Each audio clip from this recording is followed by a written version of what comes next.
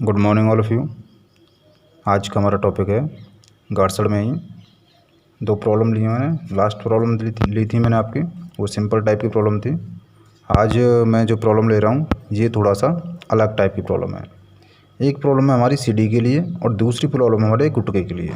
ठीक है, सीढ़ी जो आप लोग सीढ़ी देखा होगा, सीढ़ी जिसको हम सीढ़ी रख करके ऊपर चढ़ते हैं, ठीक है, वही सीढ़ी है, तो उसकी प्रॉब्लम है।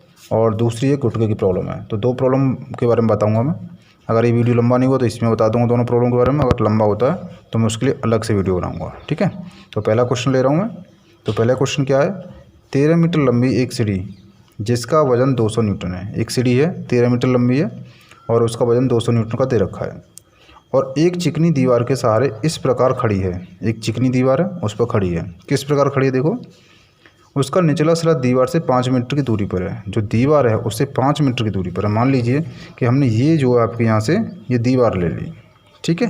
अगर ये दीवार है तो इससे नीचे वाला सिरा यहाँ से ये 5 मीटर की दूरी पर है। तो यहाँ से यहाँ तक की जो डिस्टेंस हो गई वो कितनी हो गई, 5 मीटर, ठीक है ना। उसके बाद फिर कह रहा है कि सीढ़ी और फर्श के मध्य घर्षण गुणांक 0.3 है। अब म्यू इक्वल टू दे रखा है आपका 0.3, ये आपका दे रखा है। तो सीढ़ी जो रखी हुई है वो इस तरह से रखी हुई है, देखो, ठीक है ना। सीढ़ी रखी हुई है इस तरह से। ये सीढ़ी की जो लंबाई दे रखी है यहाँ से और यहाँ तक की कितनी दे रखी है, 13 मीटर की लंबाई दे रखी है। तो 13 मीटर लंबाई होगी। इसका टोटल भाग जो दे रखा है, मान लीजिए ए और बी, ये सीढ़ी है हमारी, ठीक, ये सी पॉइंट मान लेते हैं। तो देखिए ए और बी की लंबाई कितनी होगी, 13 मीटर, जो हमारी सीढ़ी है ए बी। इसका वजन भी दे रखा है। जो वजन कितना दे रखा है हमारा, जो 13 मीटर लंबी सीढ़ी का, ये दे रखा है आपका 200 न्यूटन का, ठीक है। देखो ये दे रखा है 200 न्यूटन। तो ये 200 न्यूटन का जो वजन होगा वो यहाँ से सेंटर पर से सीढ़ी का सेंटर होगा वो नीचे की तरफ काम करेगा, सेंटर से नीचे की तरफ काम करेगा, नहीं करेगा। और जो सेंटर से नीचे की तरफ काम करेगा तो इसको भी वो सेंटर से ही काटेगा। कहाँ से काटेगा, सेंटर से ही काटेगा, ठीक। जो नीचे की तरफ काम करेगा, मान लीजिए डब्लू इक्वल टू कितना, 200 न्यूटन, तो ये सेंटर से काटेगा। तो यहाँ से यहाँ तक की डिस्टेंस 2.5 मीटर होगी और ये वाली भी डिस्टेंस यहाँ से यहाँ तक की हमारी कितनी होगी, 2.5 मीटर की होगी, ठीक है। तो इस तरह से हमारा डब्लू वजन जो है 200 न्यूटन का, ये सीढ़ी का वजन जो है ये नीचे काटेगा और 2.5 इधर से 2.5 इधर से। तो देखो सीढ़ी हमारी इस जगह टिक रही है। तो जिस जगह हमारी सीढ़ी टिकी हुई है वहाँ से प्रतिक्रिया बल निकलेगा, ठीक है। रिएक्शन फोर्स निकलेगी, नहीं निकलेगी। तो रिएक्शन फोर्स कितनी निकलेगी, मान लीजिए हमने यहाँ पर इस पॉइंट मान लेते हैं आर, कि ये जो हमारी रिएक्शन फोर्स है ये निकल रही है हमारी आर प्रतिक्रिया बल, ठीक है। तो देखो एक पॉइंट पर यहाँ टिकी तो यहाँ से रिएक्शन फोर्स निकली, प्रतिक्रिया बल निकला, और दूसरी किस पॉइंट पर टिक रही है, बी पॉइंट पर। तो यहाँ से भी हमारा रिएक्शन फोर्स या प्रतिक्रिया बल निकलेगा। तो ये मान लीजिए हमने एस, ठीक है, कोई भी पॉइंट मान लेना आप, ये जरूरी नहीं है कि आर ही मानो एस ही मानो, आपको जो पॉजिटिव लगे, जो आपको अच्छा लगे वो आप मान सकते हो, ठीक है। तो यहाँ क्या हमारी एस मान ली और ये क्या मान ली, आर मान ली, ठीक है। तो सबसे पहले हमारे पास दो मैंने प्रतिबंध बताए थे, समय संग एच इक्वल टू 0, समय संग वी इक्वल टू 0, ठीक है। समय संग एच इक्वल टू 0 और समय संग वी इक्वल टू 0।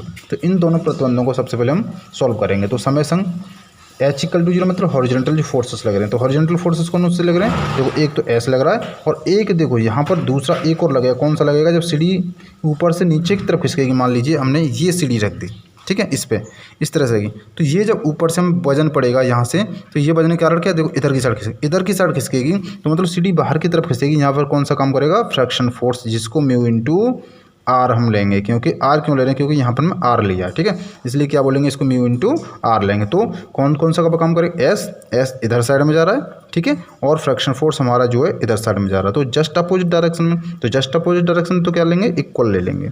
तो F equal to S equal to क्या ले लेंगे, एफ। तो एस इक्वल टू एफ ले सकते हैं या कह सकते हैं म्यू इंटू आर। इक्वेशन इसको फर्स्ट मान लेते हैं। इसी प्रकार वर्टिकल में लेंगे तो आर ऊपर की डायरेक्शन में लग रहा है और ये 200 न्यूटन जो हमारे नीचे की डायरेक्शन में लग रहा है, तो ये भी इक्वल हो जाएंगे, नहीं हो जाएंगे, क्योंकि अपोजिट डायरेक्शन में हमारा। तो आर इक्वल टू यहाँ से कितना हो जाएगा, 200 न्यूटन हो जाएगा। क्लियर है, ये मान लीजिए क्वेश्चन 2 मान लिया हमने। तो यहाँ से हम वैल्यू पुट कर देंगे यहाँ पर। तो एस इक्वल टू क्या हो जाएगा, क्योंकि हमें म्यू की वैल्यू दे रखी है 0.3, तो 0.3 इंटू 200, ठीक। तो एस की वैल्यू कितनी निकल आएगी, इस तरह से हमारा इसकी कैलकुलेशन करते हैं और कैलकुलेशन करके निकाल के देखते हैं कि हमारी एस की वैल्यू क्या निकल के आ रही है, ठीक है। तो एस की वैल्यू निकल के आएगी हमारी, ठीक है। तो ये कैलकुलेशन करके निकल के आती है हमारी 60, कितना निकल के आ रहा है, 60 निकल के आ रहा है, ठीक है।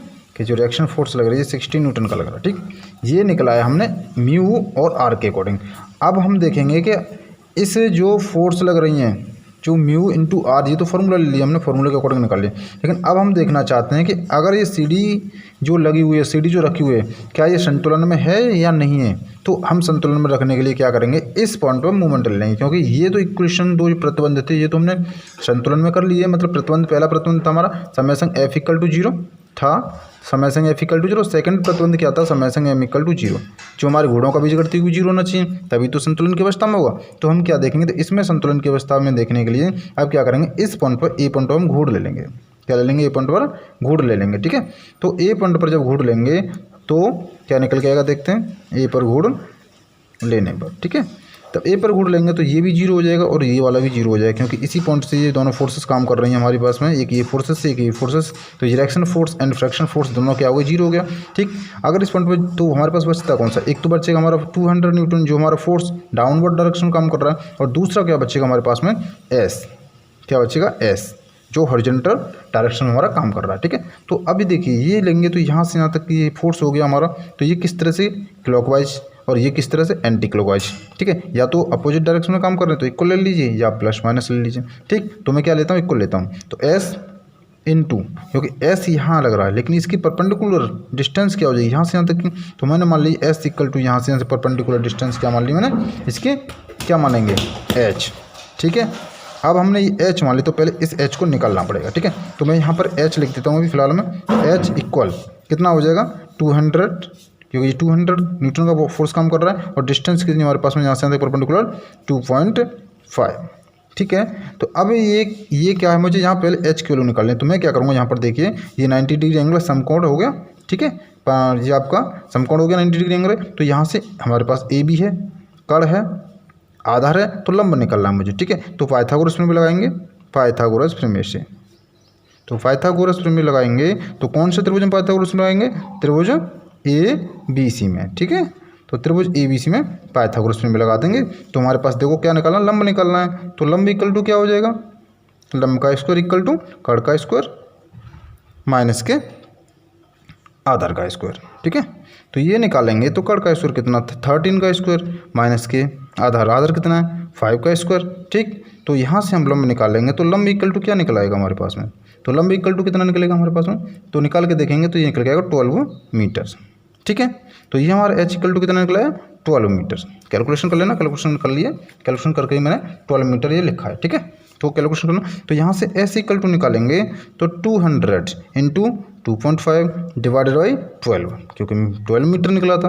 तो एस की वैल्यू जो निकालेंगे तो वो वैल्यू निकल के आएगी आपकी 41.66 न्यूटन। तो देखिए अब हमारे पास दो वैल्यू निकली, एक एस इक्वल टू निकली हमारी 41.66 न्यूटन, और एक एस इक्वल टू हमारे पास क्या निकली, 60 न्यूटन। ठीक है, तो इसका कहने का मतलब क्या है कि ये दोनों वैल्यू इक्वल नहीं निकली हैं, तो जो हमारी सीडी जो रखी हुई है वो हमारी साम्य अवस्था में नहीं है या संतुलन में नहीं है। ठीक है ना, तो ये टॉपिक खत्म होता है। कोई प्रॉब्लम हो तो मुझे बता देना, और नेक्स्ट टॉपिक नेक्स्ट वीडियो में बनाऊंगा, क्योंकि वीडियो आपकी बहुत लंबी हो गई है। ठीक है, तो नेक्स्ट टॉपिक नेक्स्ट वीडियो में बना देता हूँ मैं। ठीक है ना, और कोई प्रॉब्लम तो मुझे बताना। ठीक है, थैंक यू।